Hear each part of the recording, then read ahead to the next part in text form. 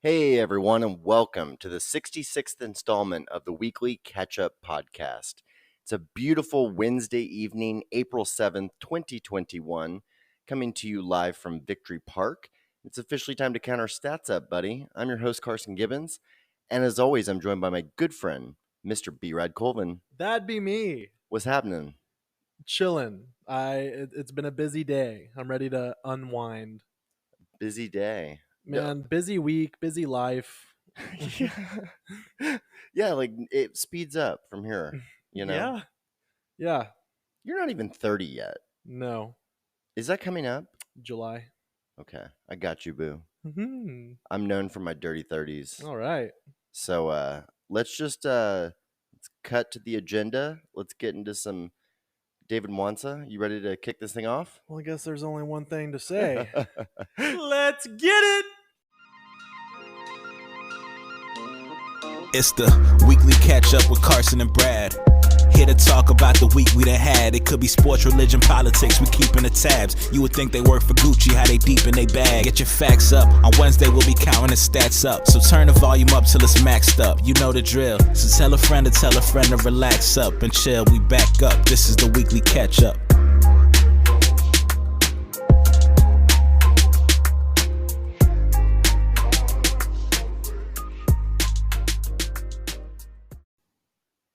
Would you rather be missing a prominent front tooth or an ear? Whoa. Okay, hold on. I got some follow-up questions. Can I still hear? Can I... You have a fully functioning ear on either side of your choice. Okay, so not only am I missing an ear, but I'm like deaf on that side. Well, okay, so this one can be purely cosmetic, okay? You like going around town smiling at folks, but you're missing permanently a prominent front tooth. I can't do no, it's got to be the tooth. I'm like, I can't wear sunglasses or I wear contacts on the days that I need to take them out and wear glasses. I'm just missing an ear. I'll put a grill on my front tooth, buddy. This is interesting because as guys, like your first inclination or thought is like, oh, how am I gonna, have my sunglasses? If you were a girl, you could easily like. There's girls that you've never seen their ears. They're always covered by hair, so you could easily go with the cosmetic layer of missing an ear, having all of your teeth. Mm-hmm. But if you're missing a tooth, my friend, like I just put a fake boy on there. No, I can't. That's the thing. You can't. It's not like you're gonna put a prosthetic ear on. You can Mr. Potato Head that. No, just put a you plug can right potato head it. It's gender neutral now. Oh yes, I can potato head it, and I'll just put a little plug in my ear hole. Your ear hole. That's a good one though. So you're going with tooth? Well, if I can't put a fake, what if? Yeah, I guess that defeats the purpose. I would go earless. Just think about it this way, like I don't know, less to sunscreen. You only have to wear one earring. Like I don't know. There's perks.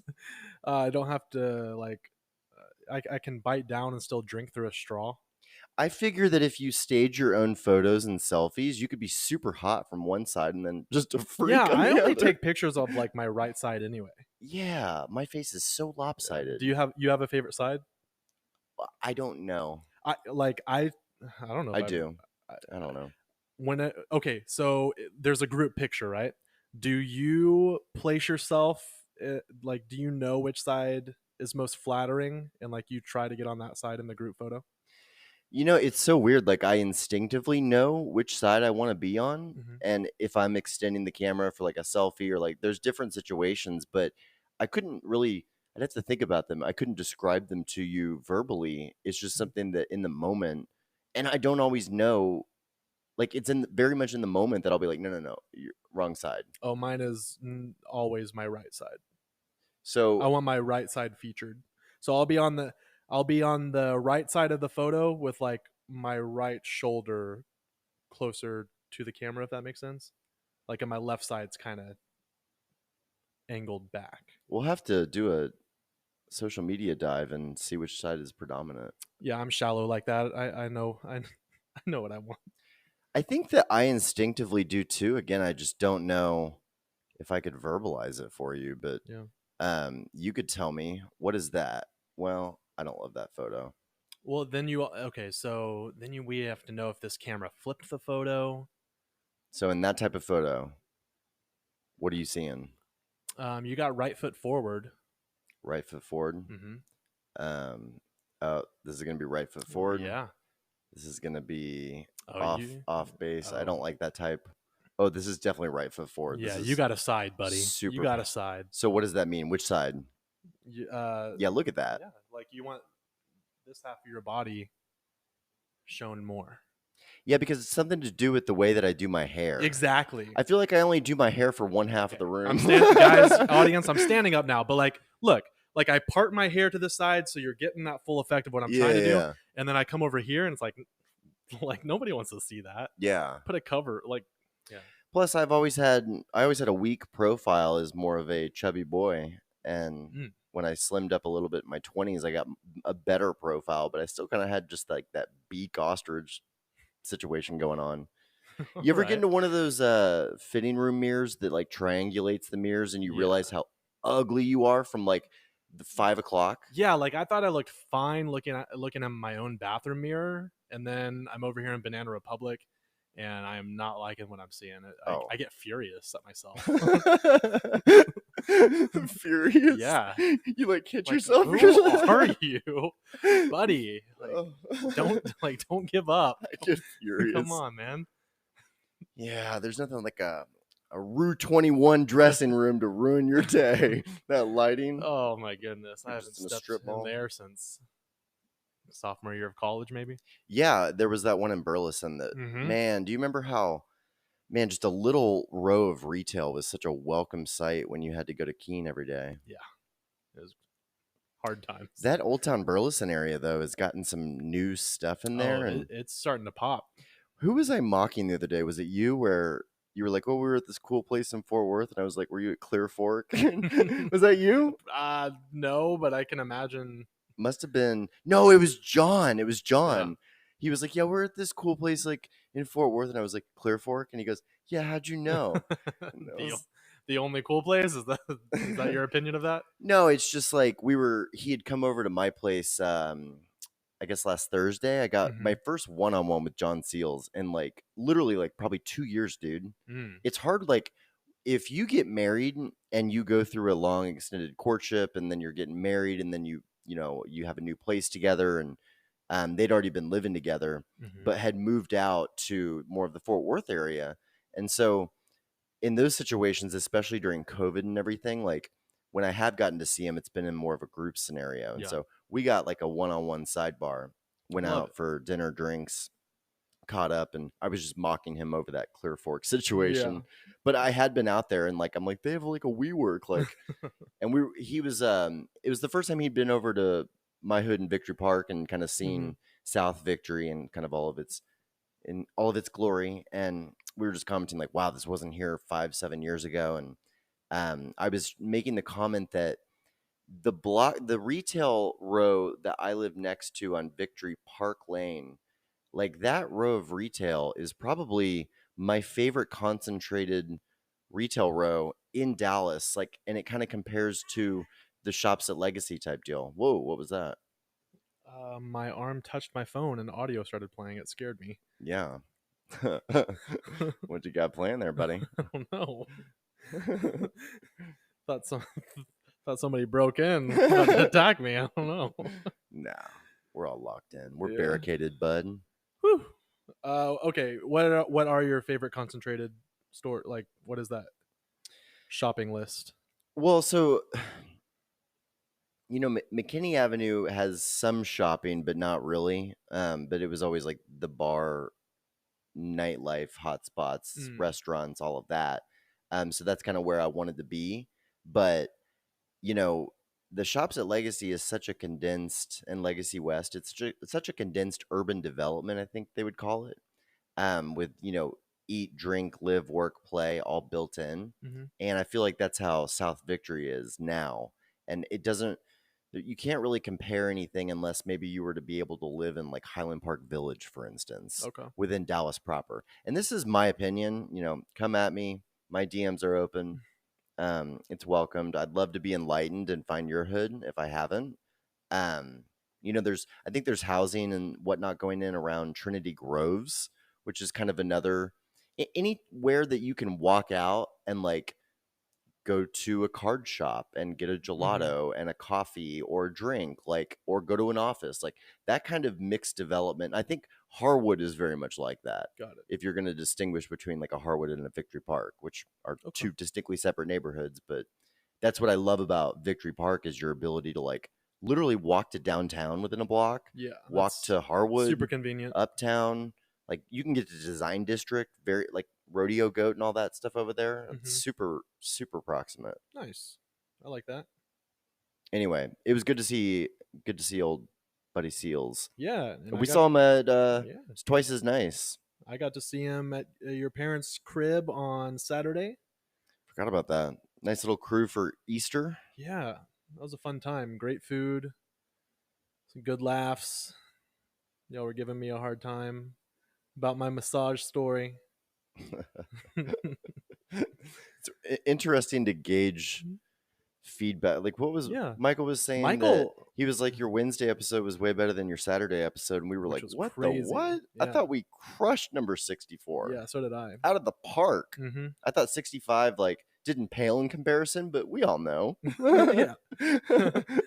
But that I like that, some people might take more interest into something that I don't know. I think that's cool. Teach their own. Yeah. But yeah, back to your parents, that was a fun time. So shout out to Jan and Bob. It was a great time hanging out with you guys, and it was good to see Grizz and Shelly and Michael and old John Boy. Courtney. Well, yeah, of course. That goes without saying. Yeah, but I hadn't seen her in a little while, True. It was good to see her under, positive circumstances as well. Sure. Hadn't caught up with her in a while, and seems like the girls were all hanging out. Yeah. It's good. Did you do anything after that?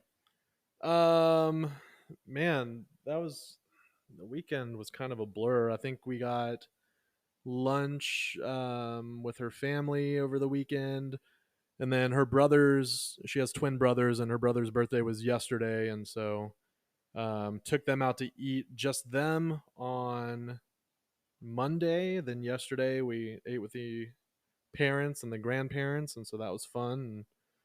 And yeah, man, my days are just kind of all running together.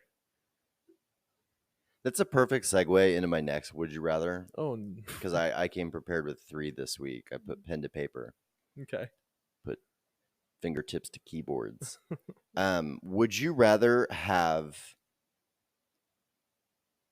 2 children at separate times, identical twins, or fraternal twins? Okay, so none of these are really bad in my opinion. Like I'd be happy with any of the options. This is the opposite. This is total preferential. Yeah. Like based on, it'll be telling. I think Courtney wants twins, but her brothers are identical, and it's you're much more likely to have twins if other, I don't know, I guess parents have had fraternal twins, not identical. And so I think she wants identical, but I think if I only had this option, I think I'm going to have 2 separate ages. Like have one, have the other later. I think that's what I'm going Just with. repeat hell. You want to knock it out all at once? Yeah. Yeah. I think really, if you're thinking about it, like fraternal twins, knowing that one could be a boy and one could be a girl at the same time. Yeah. Why wouldn't you opt for that every time? You wouldn't mind having a girl?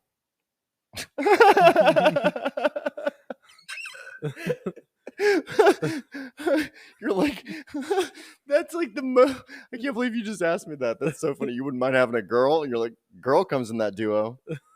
Well, I mean, I could have chosen 2. And really, when you think about it, what if I had 2 identical boys and they were like just young studs, See, this is more of the route that I figured you would have taken. I don't think I want them identical. Yeah, No. you wouldn't want your boys identical. No. I Okay. wouldn't want my girls identical for sure. And I wouldn't want girls. Yeah.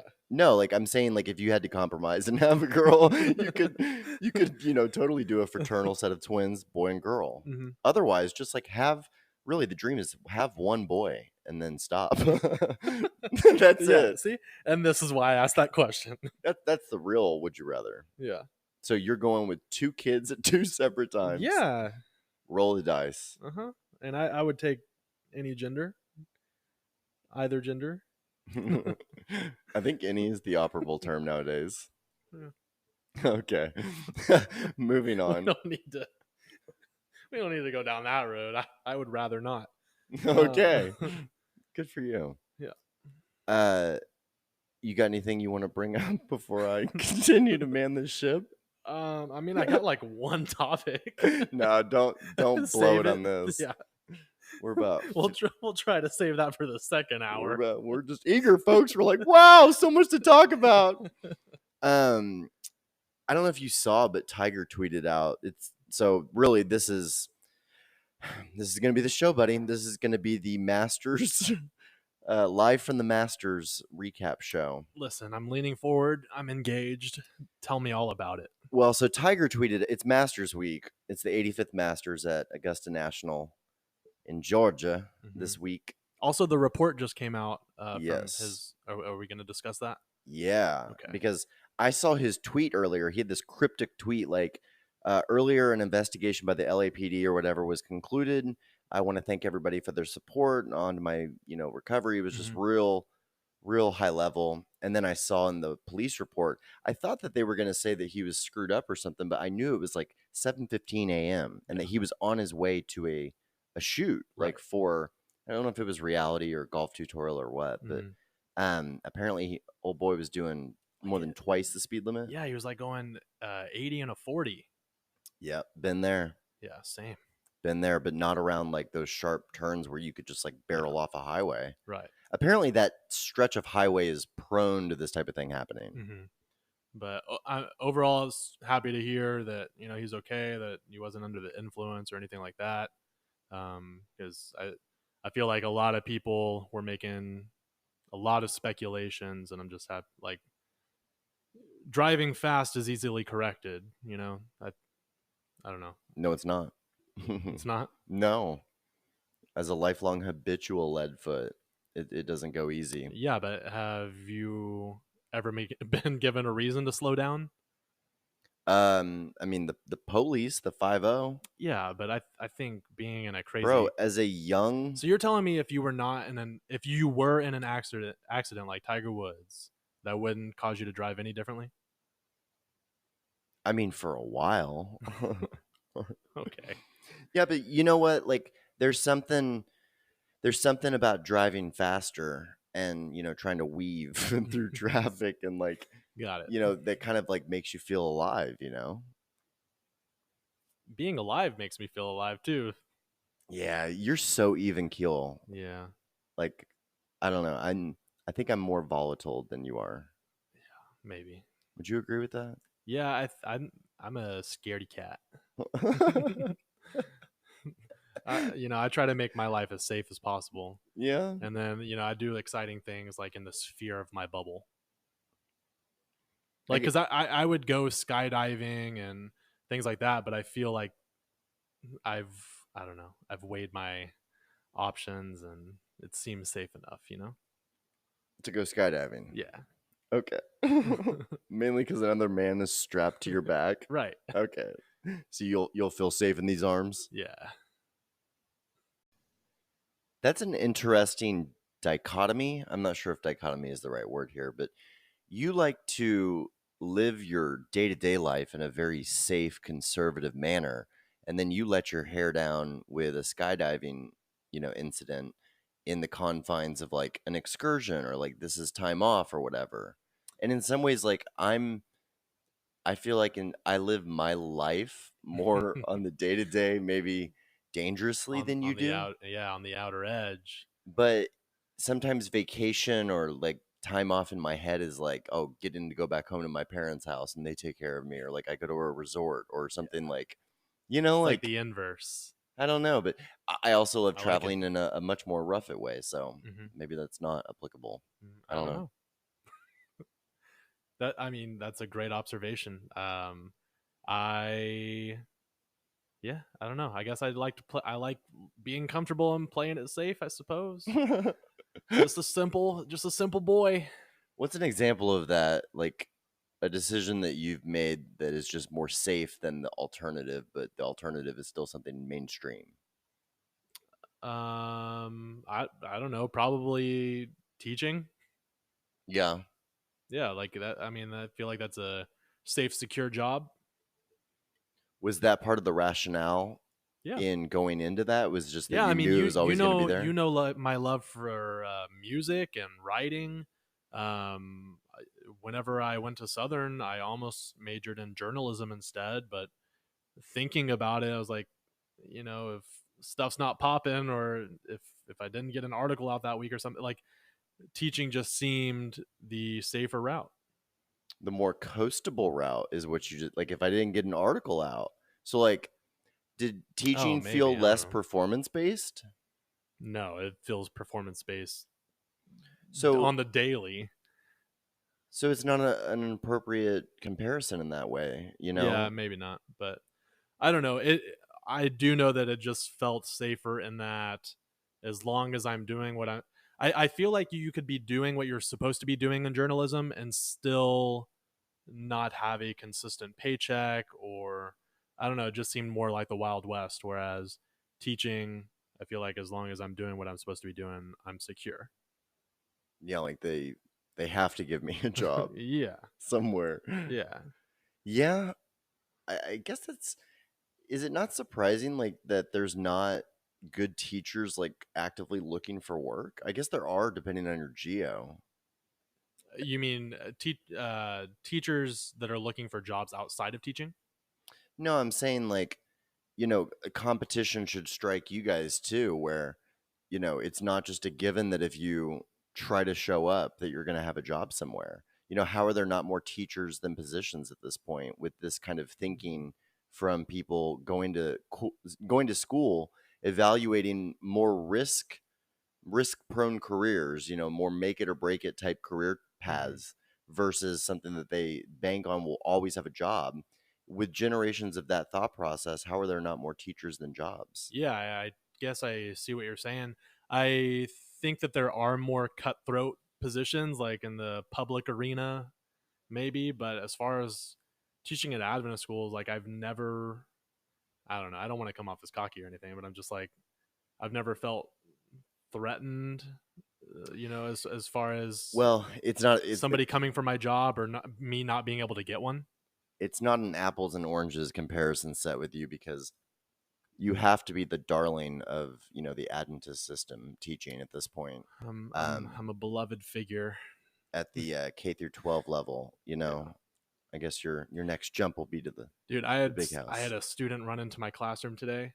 He's like, "Mr. Colvin, why is everybody saying that you can rap?" I was like, "Because I can." What episode is that? What episode's what? Where you went all Meek Mill on the top? Oh, I showed him that one. Which one was it? I think it was in the late 30s, early 40s. We have to get serious about extracting these moments in like these little bite-sized chunks, because if you could start consuming us in a 10-minute story or series of segments reporting on one train of thought or one recurring joke or whatever the case may be, we were able to put those on YouTube with a nice graphic, nice thumbnail, you would end up being our biggest fan. Yeah. Do you have any students that do like audio splicing and dicing and graphics overlay and just I had a lot of those students whenever I was teaching over at Dallas. I don't know too many students currently that do that, but I can fish around. We'd come up with budget for a freelancer from a solid recommendation from one of you tots to go through the archive. Splice and dice. Episode 66, buddy. We're still quitting, huh? Yeah, one of these days. We all got to quit at some point. It's been the fire in our pants. Boy, that just I was watching F1 season 3. Okay.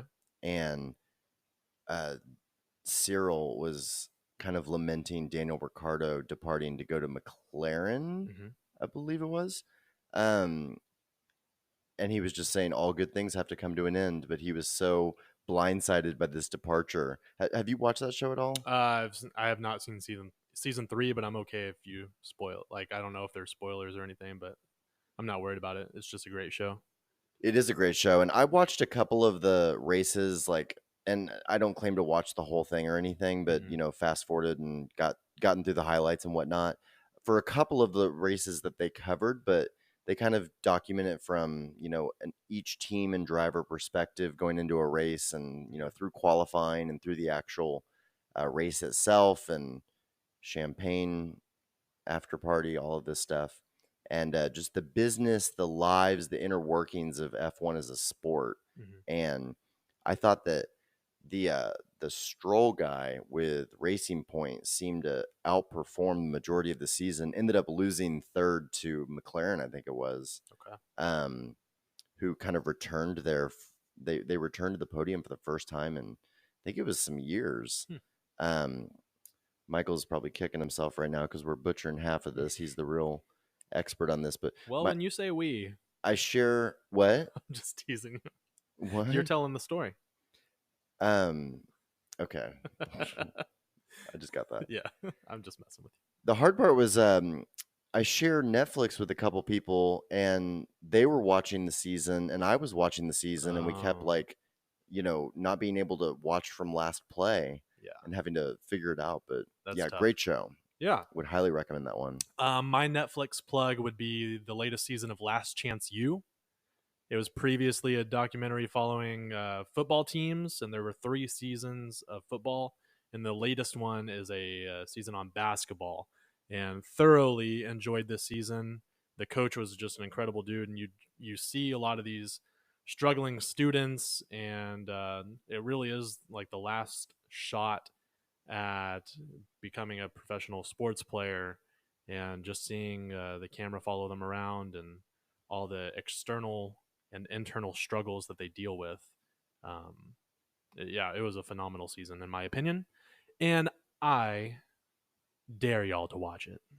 I remember your last recommendation were those people that throw themselves down that mountain after that cheese curd. And that was just a ridiculous. Man, that one girl has like a deformity for life from that. That was insane. Yeah. Wild.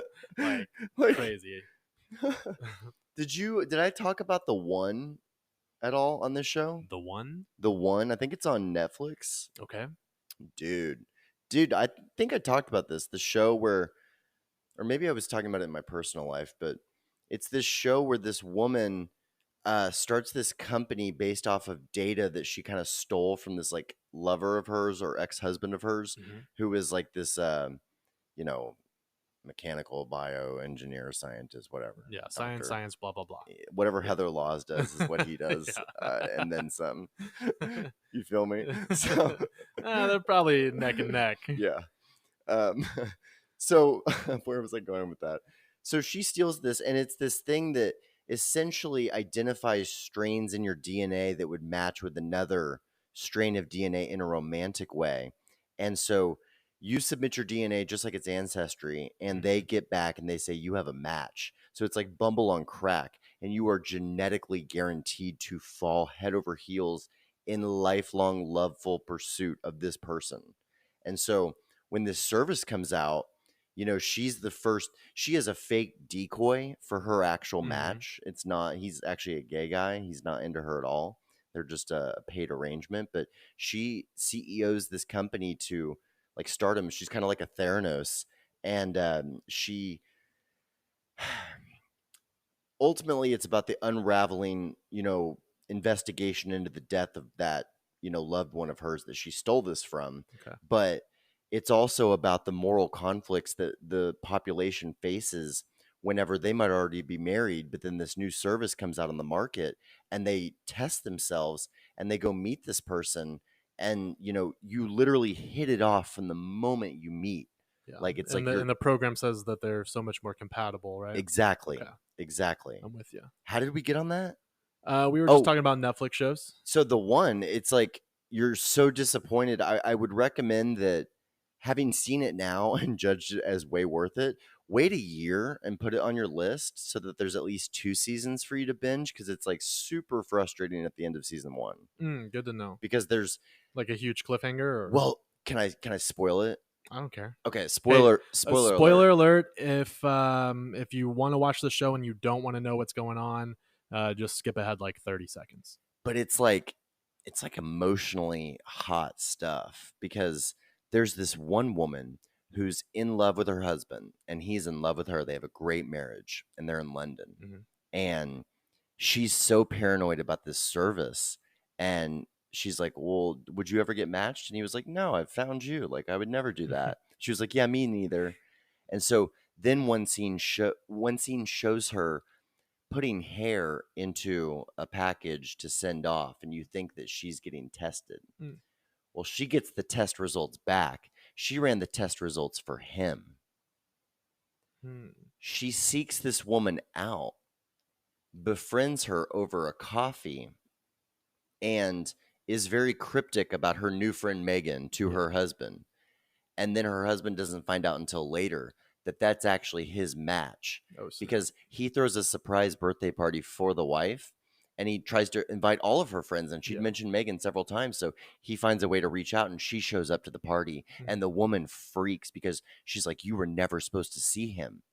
Well, once they find out, and he feels betrayed, because he's like, you ran this against my will. Like, you befriended her, and now he's all mad at her, and he's lover, all mad. The love of his life is like right there. And this other chick is just objectively way hotter. Yeah. And by the way, if you've skipped ahead to the 30 seconds, so we're still talking about it. So yeah, she's gorgeous. She's like Persian Indian, but from London, and just like perfect. And so they make out on a bridge, and like you're just feeling it, Yeah. I'm telling you, this is like heartstrings, well done, like sensual stuff. Got it. So they actually end up like hooking up. Well, he's back with the wife at the end of season 1. He's trying to make it work, but I don't know. It's not over. Got it. It's exciting. It's exciting stuff. It'll make your heart race. How do you go back after? Well, I don't think he should have, because I'm telling you, this other girl, yeah, it's over. Yeah. Okay. It's over. Good to know. I'll have to check that out.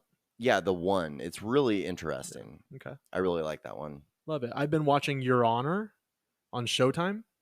Well, and when I say I've been watching, it's a mini series. I think there's like 6 episodes, somewhere around that ballpark. And I've seen episode 1, and it was insane. Bryan Cranston's in it. Ooh. Yeah. Walter White. And I don't want to say any more really about the plot, other than that there is a death involved, and then trying to cover up that death. And yeah, it's great acting. And what's it called? Your Honor. I gotta watch this. Yeah, it was.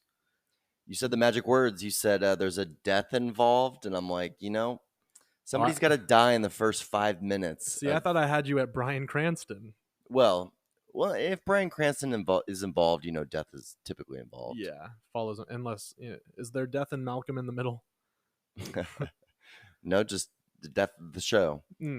I guess that is what put him on the map. That's what made him financially successful for the first time. Yep, and then he turned heads as Walter White and showed his range.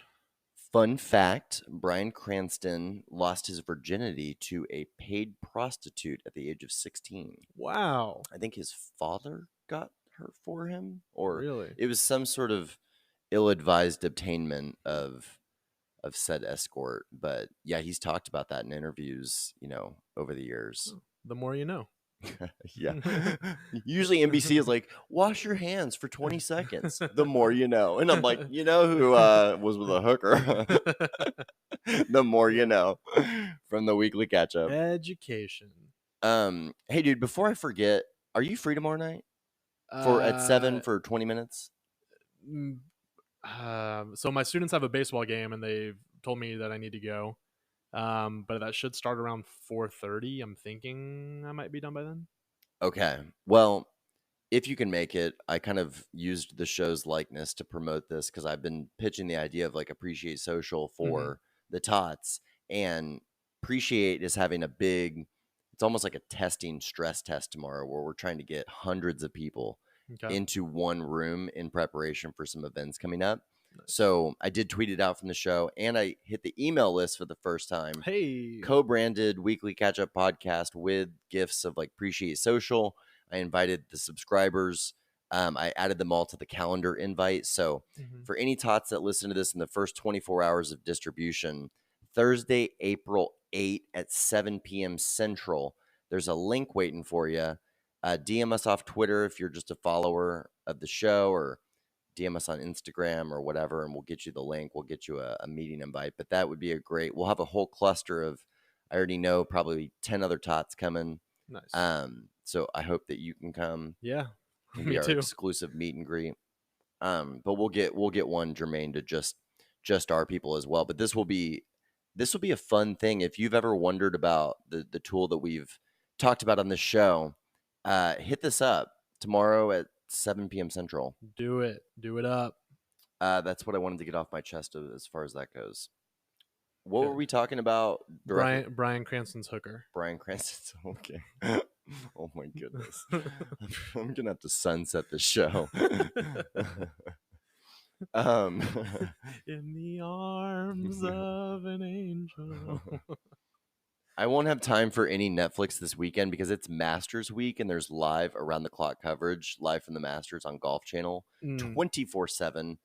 I love all the side narratives, the side stories, like who could do this, the Tiger Woods Incorporation. It's really exciting. They're not going to have the par 3 competition this year, but they will have that out. What? Why'd they take the par 3 competition out? I don't know all the specifics. I know that it's going to be limited patrons this time. So this one is weird because they didn't miss a season with the Masters. This is the 85th, and they just played the 84th in November when Dustin Johnson won. Yeah. And that was a makeup date. Typically, it's played in April. And that's when so some people are saying that the scoring record that Dustin Johnson and even that, was it Patrick Cantlay or whoever was runner-up? No, it was Cameron Smith. Okay. He shot 4 rounds in the 60s, which is like unheard of. I think that had been done one time, or he'd done it the one time at that major. The greens are supposed to be way different in their responsive nature. They're supposed to be a lot less gettable in April. Like you're not supposed to go 20 under par like Dustin Johnson did. So this major was just played 5 months ago, and now it's being played again, and it's really exciting. There was this is hallowed ground. Like I think Augusta National, more than any other golf course, probably in the known world, maybe St. Andrews and some of those historic courses overseas, but stateside, Augusta National is probably the most hallowed ground ever. I read a story in the LA Times today about a guy that had a really close bonding relationship with his dad over golf. And his dad had exposed him to a lot of cool courses, and they'd grown up. And anyway, his dad had health complications and ended up passing and was cremated. And so his sons spread his ashes in 2 places. One was at Pebble Beach, so he's forever memorialized there. And then the other was at the Masters at Amen Corner as spectators. So what he had to do was, he was like, how do I get his ashes into the golf tournament? Because he just went as a general admission spectator. And he's like, if I just put this in a Ziploc and like somebody finds it in my cargo shorts or something, they're going to be like, what is this, like bad cocaine or something? He's going to have to be like, no, this is my dad's ashes. But anyway, he managed to pull it off. He got his Ziploc bag in and found a quiet moment at Amen Corner. And now every time the camera pans over that famous section of the golf course, he has a moment with his dad and kind of remembers that because his ashes are spread there and part of the fabric of the course now. Wow, that's pretty sweet. Yeah. Cult, creepy, or Christian? What's your vote? I think it's beautiful. Yeah, definitely. Any like diehard golf sports fan would appreciate something like that. I feel like. Yeah, I think so. I think trying to honor any loved one, and I don't know, that makes for a fun story too. Good resting ground for his dad. In other golf news, Jordan Spieth won the Valero Open on Okay. Sunday, and it's a big deal because he had not won since the Open in 2017. It had been 3 years, 8 months, something like that. Mm-hmm. Big slump for him. This was like his 12th win on tour, but he was racking up, 2, 3, 4 wins a season, I believe, prior. And so this was like, you were aware of the narrative that he was in a huge slump, right? Yeah. Yeah. So he broke that. Good for him. He's been top 5, He's back at top 10 all season, all this year anyway. Yeah. And now it was funny. Did you see all the Easter memes about him having resurrected on Easter? No. It was pretty good. I'm not on golf Twitter. I think dude, I only follow like 13 people on Twitter. Yeah? Yeah. I'm looking to beef up my follower list, so Dang. hit me You up. unfollowed a bunch of people or what? I unfollowed everybody. Oh. I unfollowed you. Oh, that's why I got a notification that you followed me? That's how that works. Oh. Why'd you unfollow everyone? Huh? What, you just cleaning out the list or what? Yeah, I kind of had a big inspirational post that was pinned to the top of my Twitter about how past intentions don't reflect tomorrow's goals, and Okay. I'm just gonna strip it all down and start back over because I'm like, why am I looking at this person that I followed from 6 years ago when I was an immature 25-year-old or whatever? Sure. Like I should curate what I'm filling my mind with, and also it's been a part of a purge because I use this service that would allow me to mass unfollow, and I unfollowed everybody but Appreciate and the Weekly Catch-Up podcast, and then I followed back as I selectively found value. I love Consistent streams of value. You're now followed again, buddy. Thanks, man. I'm glad that you found value in me. I find all the value in you. I want to invest in you. That's what this is. What was I going to say? Shoot. We invest in each other. What were you going to say? So I stripped that down. Mm-hmm. Did I tell you about my iPhone? You know how the camera was out? Yeah. So I knew the camera was not working. So I end up calling. I run diagnostics on it. I can't get anywhere. I call support, and they run diagnostics remote. And they were like, yeah, we're going to have you go into the Genius Bar. They made me an appointment. And so are the Apple stores are open again? Yeah. Okay. So get this. There's like 2 lines, and I think it's available by appointment only. You make an appointment to show up to wait in a line, like, of appointments. Right. So it was, wrapped around the block at Knox Henderson. Wow. A good ways. It was pretty crazy, but they got me in, and it was wild. I was like, yeah, I haven't dropped it. Like, just my selfie camera works, but my front camera does not. Mhm. And I had also struggled with Face ID for 2 hours that morning. And I told them that, and they were like, oh, and they ran some We tests. know what it is. My front camera was just, it had malfunctioned. It was done. Oh. And my Face ID was also shot. And so they were like, yeah, it just went bad. They just handed me a new phone. See? Yeah, so I just got a brand new phone, and they were like, just don't transfer apps and data whenever you back up from iCloud. And so I'm like, okay, cool. So I do that. I don't get anything back. Like, it literally loads my contacts. I don't know. She was like, I think she was giving me the streamlined, you're in a hurry situation, but I didn't transfer any of my apps. So I'm like literally downloading all of my applications again. But it gave me the ability to re-architect my visual digital footprint, because where your apps are on your phone leads to behavior and dilly-dallying throughout your day. It becomes muscle memory. Muscle memory. Yeah. So if you if you're on Bumble, but you don't want to be all about Bumble, you need to mute your notifications and put it in a utilities folder. Mhm. That way you have to intentionally think, wonder what's new on Bumble, and then go into that folder and find it. Not have, if you have banner notifications and stuff that you prioritize at the same rate as like an email or a text during business hours, like screw that. Yeah. I have all of my apps on one screen right now. Nice. I have one screen and then one line on my second. I've kind of done what you've done and hid a lot of my apps. Yeah. And I'm on no notifications of any type for most of my applications. That's legit. And I don't have Facebook or Messenger on the phone as of this moment. Yeah.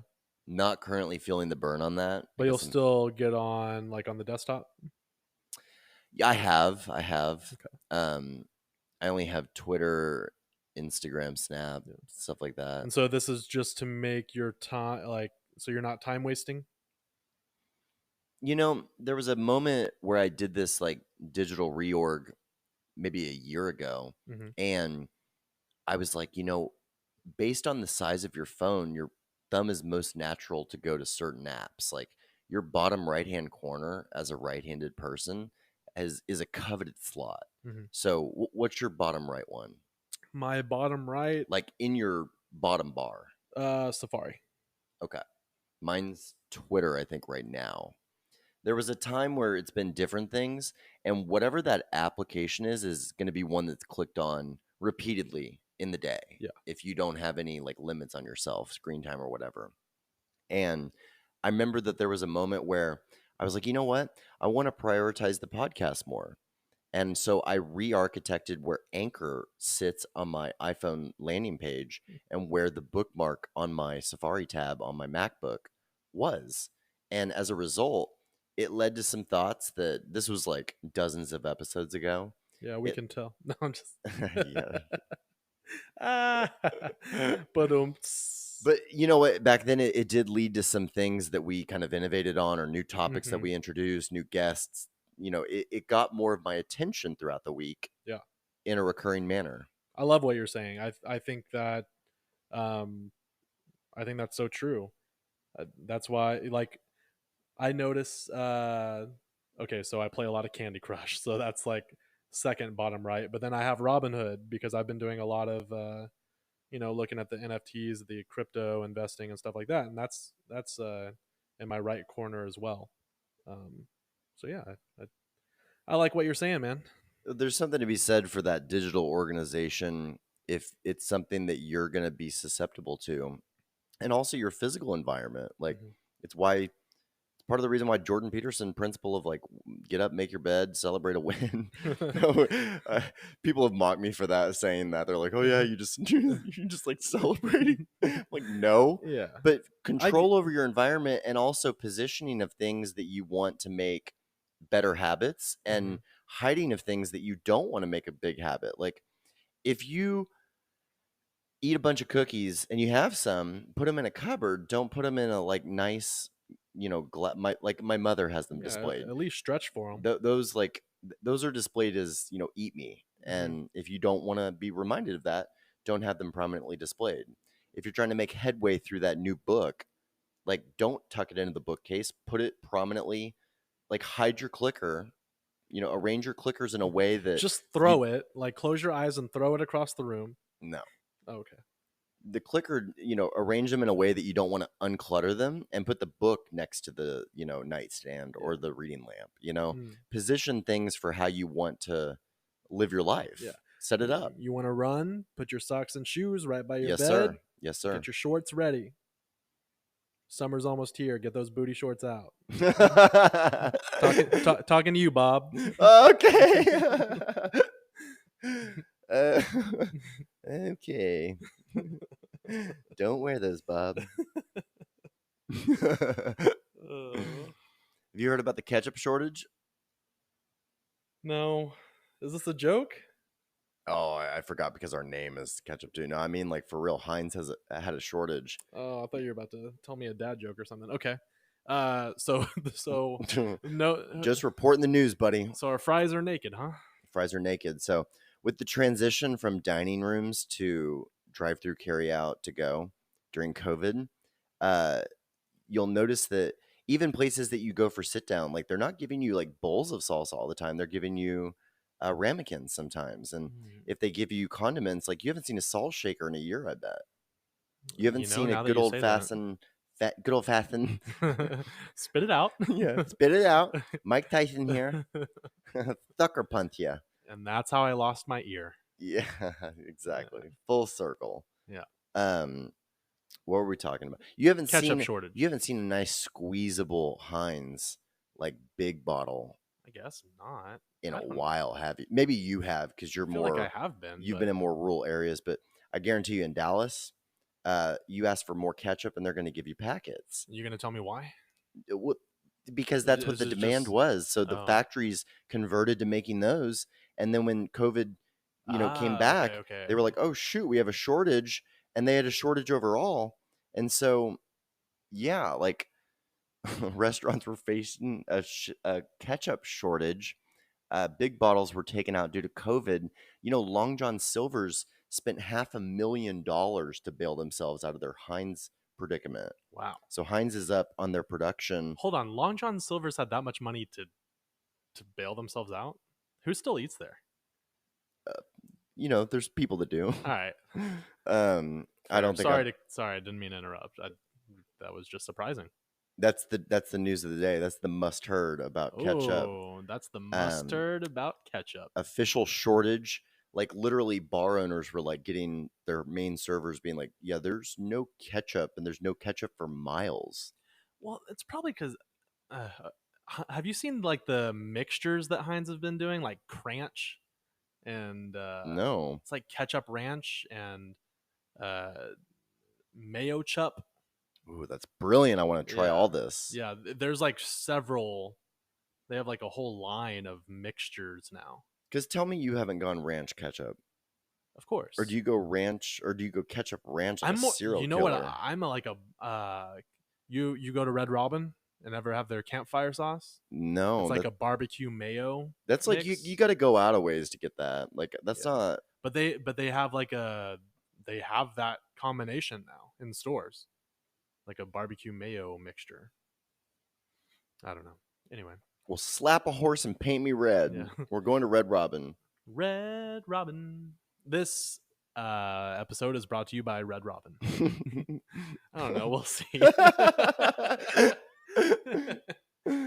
never know. We might get a coupon or something.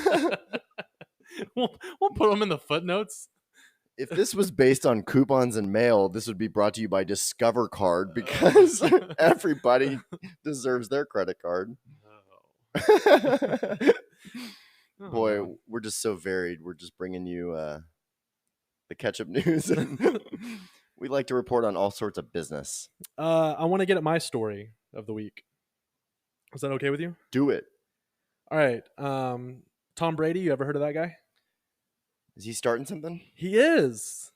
Is it something that you've been referencing on? So you already know. Are you the NFT correspondent for the Weekly Catch-Up podcast, Brad? Apparently. I didn't even know. I was like searching for... Okay, well, let's throw it to you in the field. I'm going to need you to hold your ear and wait a second. All right. Going to our main NFT correspondent live in the field is Mr. B-Rad Colvin. Mr. B-Rad, are you there? Yes. Thanks, Carson. I come to you live from Tampa Bay. What website is this? Decrypt? Okay, live from Tampa Bay is Mr. B-Rad Colvin. Now to you, Mr. B-Rad. Do it over. Thanks, Carson. I come to you live from Decrypt News. Breaking headlines. Tom Brady is launching an NFT platform with Apple, DraftKings, and Spotify exec advisors. I didn't know he had those three partners. Yeah, what's up, son? Crap. So he put his name on the next Monopoly is what he did. Yeah, this guy, they are all in. It's going to be crazy. So let me scroll down here. It says... okay, it's giving us the background on Tom Brady as if we didn't know who that guy was. Okay, so they're selling these NFT collections. They're going to come out with collectibles for different sports players, different art pieces, little digital gifts and and stuff like that. So should be pretty crazy. I'm telling you, this thing is blowing up, Carson. It's blowing I know up. it. I feel it. I sense And it. yeah. It's mainstream, son. It was And like again, somebody at your parents was saying like they don't understand it. And it's like, you know what? I don't either, but I still want in. totally. There's money to be had. I saw that you tweeted the SNL like had covered it. Was it like in a song or something? Yeah. Not Lonely Island. Whoever's making their songs now, Pete Davidson. It seems to be involved with all of them. Yeah. Him and Chris Redd and some of the guys. Yeah. So they had an NFT little funny video that they did. It's all the rage. You know, it's interesting to see Tom Brady hit what is likely, I hope in the future, going to be a lucrative venture for him, because one of the things that I don't know if it was Flagrant 2 or which podcast was talking about him a lot lately and comparisons to MJ and like, is he the greatest GOAT of all time and all this different stuff. But what they were talking about in some ways was that Brady has not mobilized sponsorship deals in the same way that MJ did. Like Yeah. MJ was groundbreaking with, Jumpman, like, the whole Jordans, he made Nike popular. Yeah, like they weren't the brand back then. Plus, he was like the first of his kind at the magnitude that he was at in some ways. And what they were talking about is that, like, and maybe this was Akash. I picture Akash saying from Flagrant 2 saying this, but he was like, Tom Brady ain't moving Uggs like, Brady, like Jordan moved Jordans, So it's been interesting to see the different products that Brady has put his brand on, and also how, like, what is your vibe from him? Like, what's your vibe? He loves football. He's great at it. He takes it seriously. And I think outside off the field, like he's just here to have a good time. I think that the media and, sports, crap talkers at large and just people that like to shoot the wind about it, they're like really intently trying to understand more about like him. Like they want to see him with his hair down and like understand more of the psyche. Like let us more in, because I think we all know now that, Belichick needed Brady. Brady probably needed Belichick for a while, but Brady was fully capable of going out and just, making everybody around him better. Right. And, he doesn't always share his life in such a candid way. And in some ways he does, but just down to even the sunglasses. I don't know if you're getting all the pre-roll on social media for the sunglasses that he wore in the yacht party in Tampa Bay after they won the Super Bowl, but they served them to me like every moment of every day. Yeah. Well, they were just serving me like the pictures of that on a shirt. Yeah. I'm celebrating. Yeah. Like all of that. But it's interesting to ask kind of like, what's the vibe, and like the fact that he just got renewed for 2 more years. I mean, he's going to be playing till he's 45 years old. Like, yeah, that was his goal. This is unheard of, and they have they brought everybody back, all starting 22. Yeah. From the Super Bowl roster, and I kind of love the way they're doing business down there. Yeah, they are fully behind Tom. I mean, he got him a ring, and they're ready to go. But they're going to give him the world. The long-term vision that he's had throughout the years, too, like he'll probably end up capitalizing to the tune of $1 billion or something like that when all is said and done. And I'm talking like 20, 30-year vision. But, he's the greatest of all time in football. 100%. Maybe all sport, you could make an argument. Team sport, who knows? Up to you guys. Not going to have that battle today. Not super interested, but certainly of football. And the way that he's restructured deals to allow more salary cap to go pursue other worthy players to make the team more formidable is unlike any other selflessness exhibited by an A player in today's culture. Yeah. Like nobody has done more restructuring on both teams to make deals happen with people that would augment his skill sets on the gridiron. Yeah, like one of my favorite stories was him, bringing Gronk along with him, and them still being the dynamic duo that they are. That's the crazy part, though. The fact that you can convince your pal to come out of retirement to play professional football.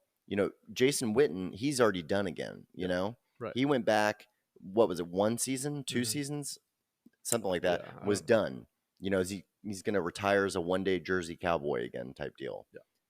I think he's going to be coach of Argyle Christian High or something like that. In the Is that a Metroplex. joke or no? No, I think Google that. I think that's for I real. trust you. But what Brady did was he said, "Come back." They go win the Super Bowl together, and then Gronk gets re-signed. Well, yeah, and That's Gronk, like Gronk leadership. played on the a huge ground. role in the Super Bowl too, Yes, which I also loved. But the fact that Brady is able to mobilize those people around him, like one of the things that he did, I think one of the first things he did after the ink was dry was he requested a list. He's like, give me a spreadsheet of every single person's personal cell phone number. And he reached out one by one and legit forged a relationship with like every man on that 53-man roster.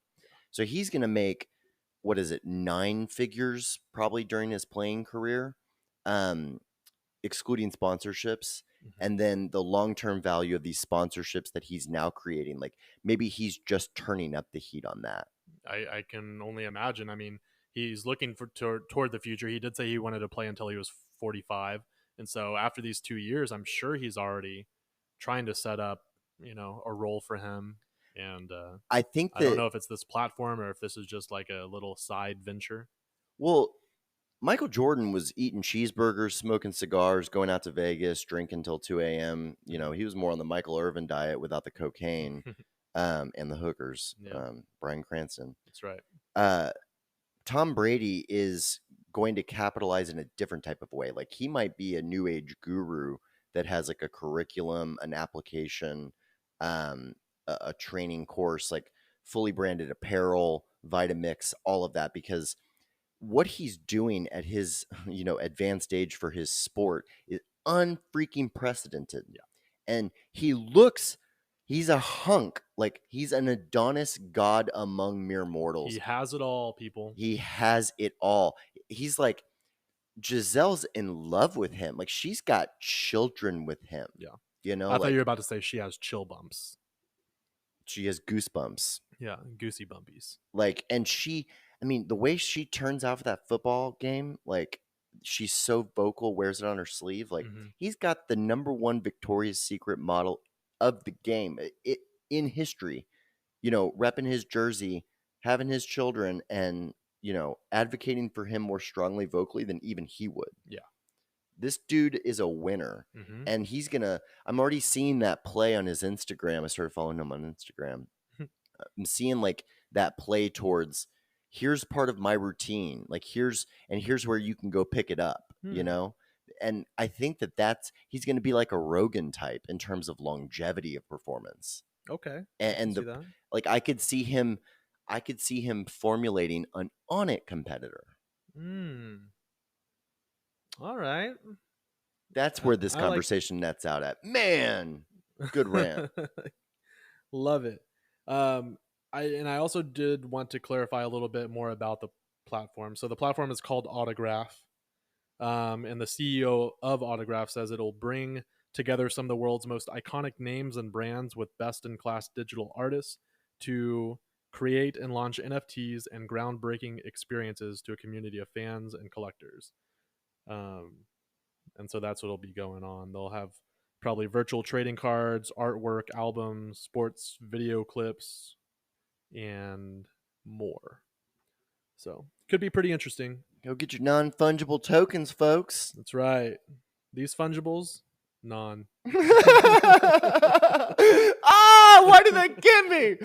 I hate you, B-Rad. Dang it. It's like a jungle sometimes. It makes me wonder how I keep from going under. All right. You ready for your next Would You Rather? Oh, please. Is this the final? Yes, this is the final. This can lead us into the... Well, we can get out of here after this for all I care. All right. I think this is going to be thought-provoking, though. Bring it. Let me think about how I want to word this real quick. Okay. I'm going to close my eyes. Okay, this is going to be geared around your relationships with your loved ones and close friends. I'm thinking especially your romantic relationship that's taking even more mature next steps. So I have a would you rather. Would you rather go to space free of charge alone or stay here on Earth?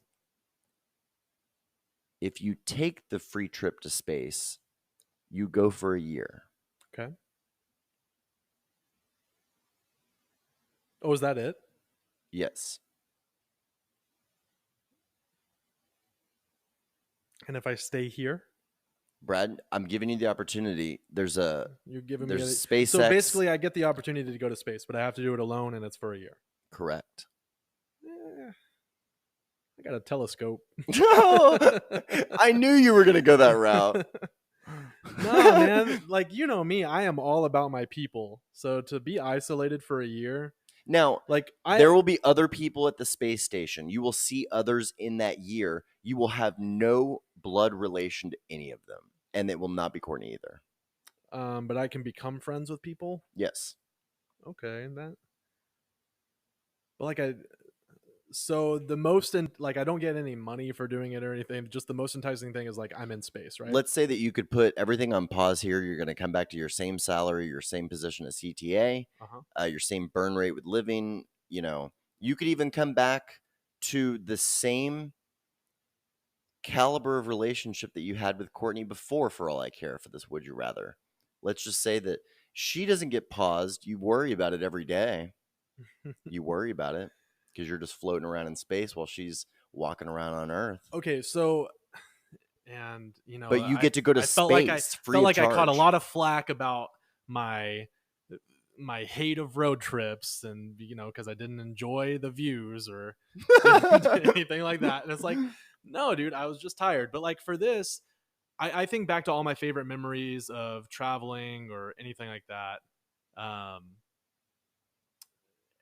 Iceland, my trip to Iceland excluded. Whenever I think about my trips, I think about who was there and like what I did with my friends and family. So, going to space would be cool. Like, where am I going? The moon? Or am I just out in the void? Like, what am I seeing? What sights am I? What's on this road trip to space? What do I get to see? The atmosphere. You're gonna see space. So, you're like, you're gonna go to the space station, and they're gonna have a real cool disco for you up there. Ooh, yeah. Think about twerking without gravity. I could be the first person to pop, lock, and drop it in space. Yes. Dang. Now that's enticing.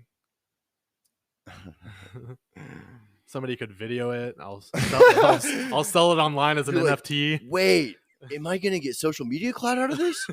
Wait, hold the phone. Yeah, bro, you're in freaking space. Think about those pictures.